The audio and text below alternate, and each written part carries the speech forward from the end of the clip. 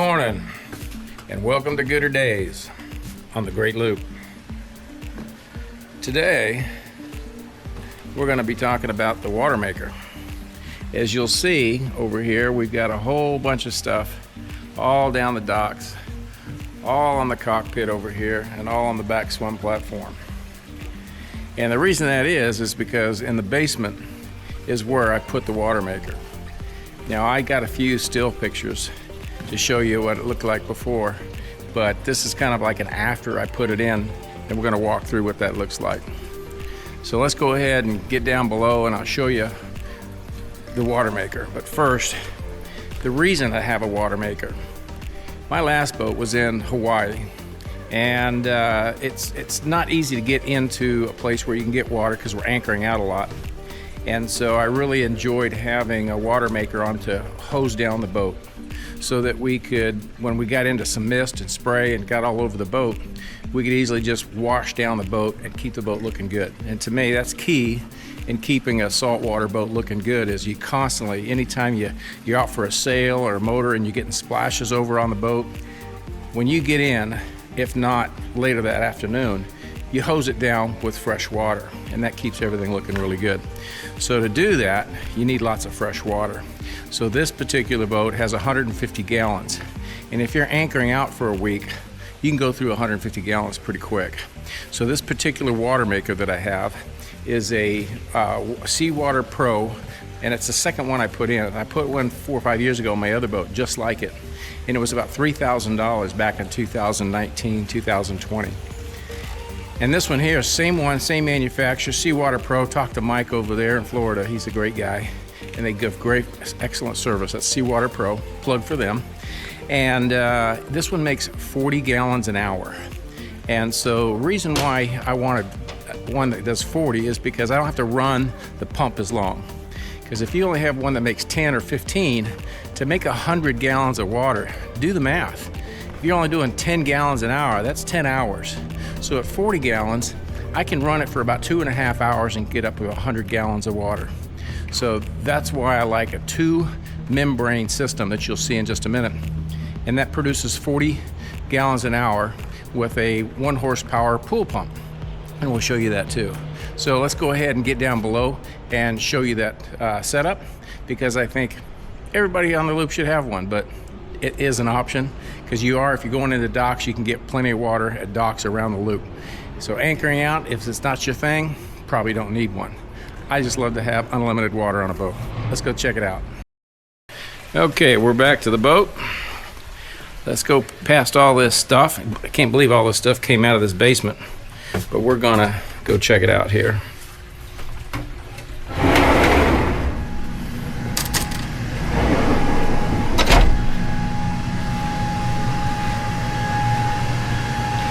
Go ahead and turn off the air conditioners, because it's making a lot of noise down there. Yep. So let's go down in the basement and check out the WaterMaker.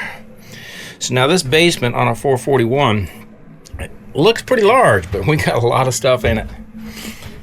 So here you can see the WaterMaker right here, and this is the end result. Now I'm going to show you a picture of what it looks like up here. Take a look and see, this was an empty wall. And now what Meridian does well is they actually cover this off. If you see the port side over here, the port side has this nice Merrimack board over here that covers everything up. But the problem with that is once you load a bunch of stuff in here, then you can't get this thing open to get behind here. So I took these things out on the starboard side, but I left them in on the port side. So what I'm going to do here is, I'll show you here, I just open these up and I leave these back. And I have a little bungee cord here that I just strap it to it. And I keep this side closed off, that way I can store a bunch of more stuff over here. Plus, now I have access. When there's stuff stored here, I can get back to the water pump, the water heater, the sump pump, and the air conditioning pump. So all that stuff is back here in this corner, and with this thing closed and stuff piled in here, you have to take everything out to get to it. So I may take that out, but for right now I'm just going to leave it closed up like this. So let's go ahead and pull this ladder up to get to the rest of this water maker.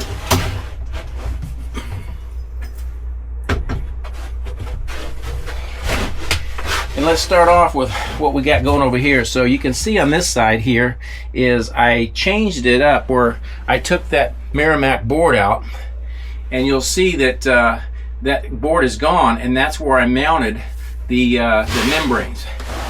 So let's start off with what these components do and where I've decided to mount them. Now keep in mind the water line of the boat is about right to the bottom of this battery. So the water line outside is about here. So what they recommend when you do this is you put this low pressure pump that comes out of the seacock over here below water, because this is not a pump that can raise water very high. So they say you want this as low as possible in the boat. So I added this strainer and I added this low pressure pump, and it pulls, and I tapped into a line here which is actually the SeaWater pump. So this SeaWater pump is a washdown pump where I have a spigot on the bow of the boat and the stern of the boat for doing a raw water washdown. Some people call it seawater, but we're in a lake, so it's fresh water. But anyways, what I did was I just tapped into that right there, and then down below there's a through hole that the water comes out of, so I didn't have to add any through holes through this on the bottom of the boat. So the water comes up through here, through this little strainer, and then through this low pressure pump, and then it goes over here to the first one-way valve where it comes through here, and it goes through a 20 micron filter, then a 5 micron filter, and then it comes all the way back around. And then you'll see over here, let me go move the camera and show you the pool pump. So that pump right there is what I mounted in the engine room through this little access panel, so that it creates an 800 psi. So then the water comes back from there, and it goes up around here and then into the first membrane. So once it goes through this membrane, it comes around high pressure, 800 psi back into here, and then it comes around here and back up into the gauges up here.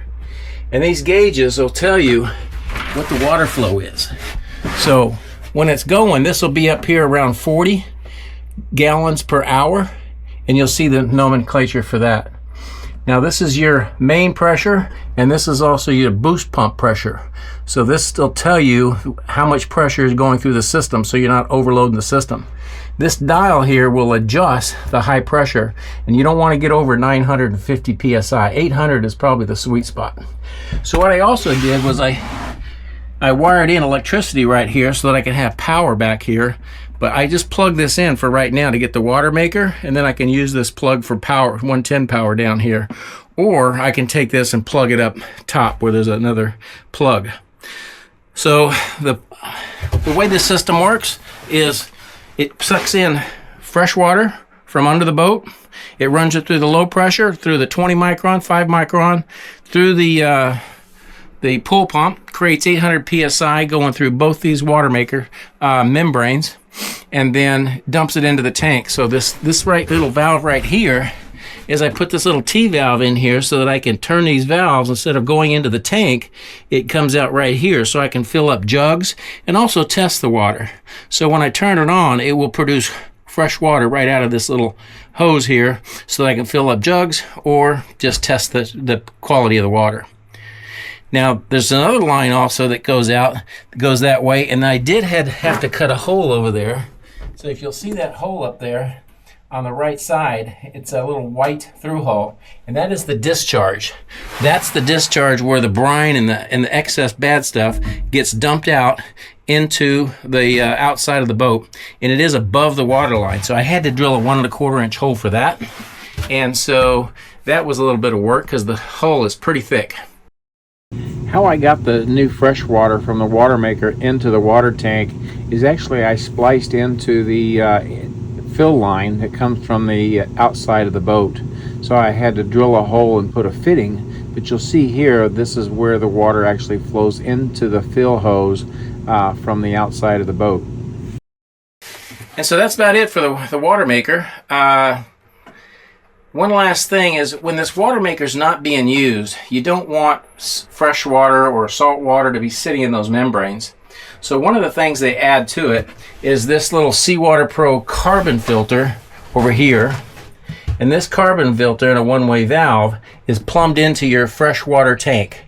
And it's just got a simple timer on here, like once a week, it will suck water out of this blue line that I have plumbed into my freshwater tank, where it will pump fresh water through this system.